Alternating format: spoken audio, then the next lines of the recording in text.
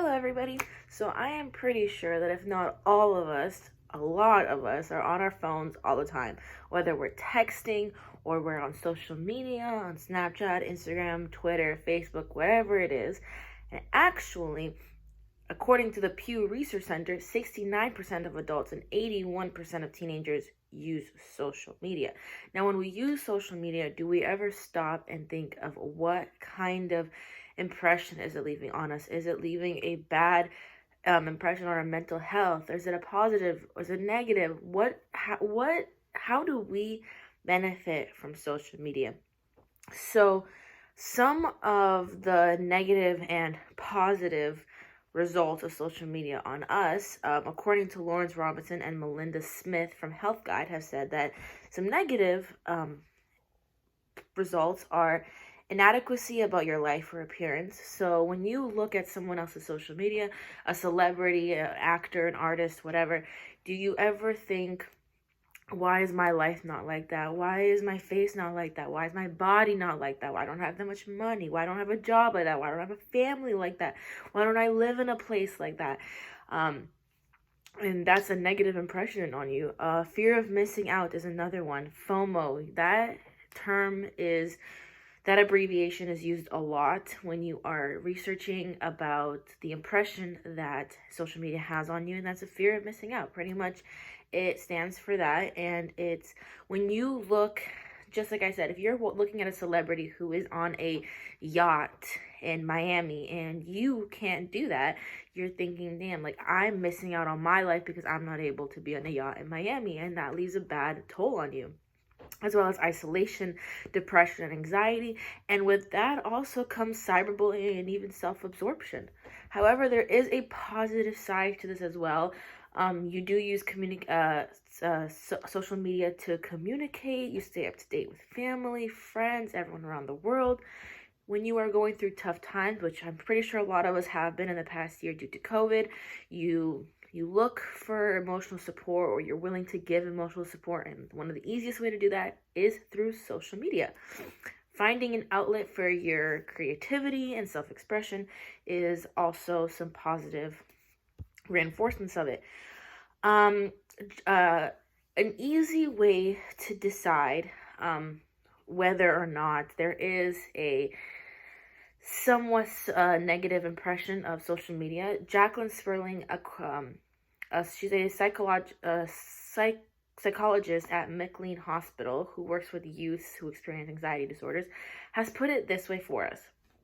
She gives this example of a 7th grader whose best friend whose best friend has a new best friend, and they post a picture with them at the movies, or at a park, at a theme park. And she says this: 20 years ago, the girl may have been excluded from her best friend's activities, but she may not have known about it unless she was told explicitly. So that's just saying that social media can have a bad result on us, because if that was never posted, or if we don't see certain things on social media, we would have never even thought of it. We wouldn't have known of it. And it might be better for us to actually not know than to actually have to wonder. So going back into the impressions that it leaves on us, I'm going to be quoting Elena Murr and Caroline Novas, as well as Meg Seymour. They all have a PhD and they work for a National Center for Health Research. And it says that according to a 2018 survey, 31% of adolescents believe that social media has a mostly positive impact on their lives. That's a pretty big percentage. Adolescence is a time when connections with peers is increasingly important, and social media provides opportunities for social connection. Although social media can allow people to reach out and connect with others, it can also make some people feel worse.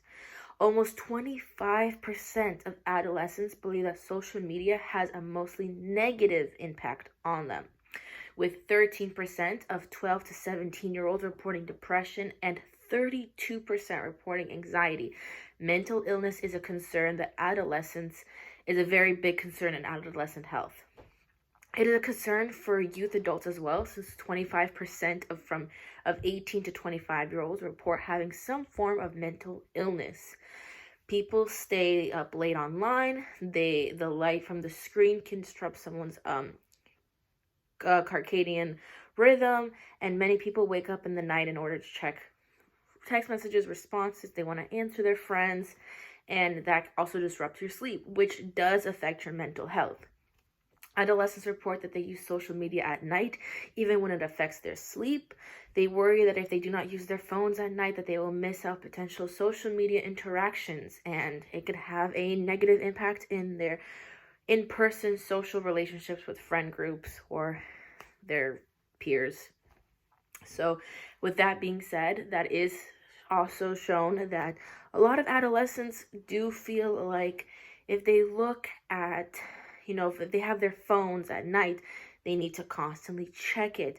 They need to make sure that they're in the loop, which obviously if they miss a message, or if they don't look at their Snapchat fast enough, they don't know what's going on, they might miss out what the group wants to wear. All of that causes anxiety, depression for some adolescents. However, all of this can be solved. So there is definitely a spectrum of whether people believe that social media does or does not cause a negative impact on your mental health. As I've said, some adolescents say that it does, some adolescents say that it doesn't. So if it does, some things to look forward to, or some things to look into, to see if it's possible to fix it. According to Dr. Vania Manipod, who is a psychiatrist speaker, she said to look for, what is your pattern of social media use? For example, do you wake up and immediately start scrolling? Do you scroll during breaks, before bed, etc.? Look at the time that you use your phone, your social media. Do you use it too much, too little? As well as, do you feel better or worse after you use social media? If you feel worse after using social media, that is probably a sign that it is negatively affecting your mental health, and you should limit the amount that you're using it. Limits is the way to go when you are trying to improve your mental health with social media. Of course, if you feel like it ever has a negative impact on you, I recommend stepping back. But other than that, that is all I have to say on this topic. Thank you so much for listening.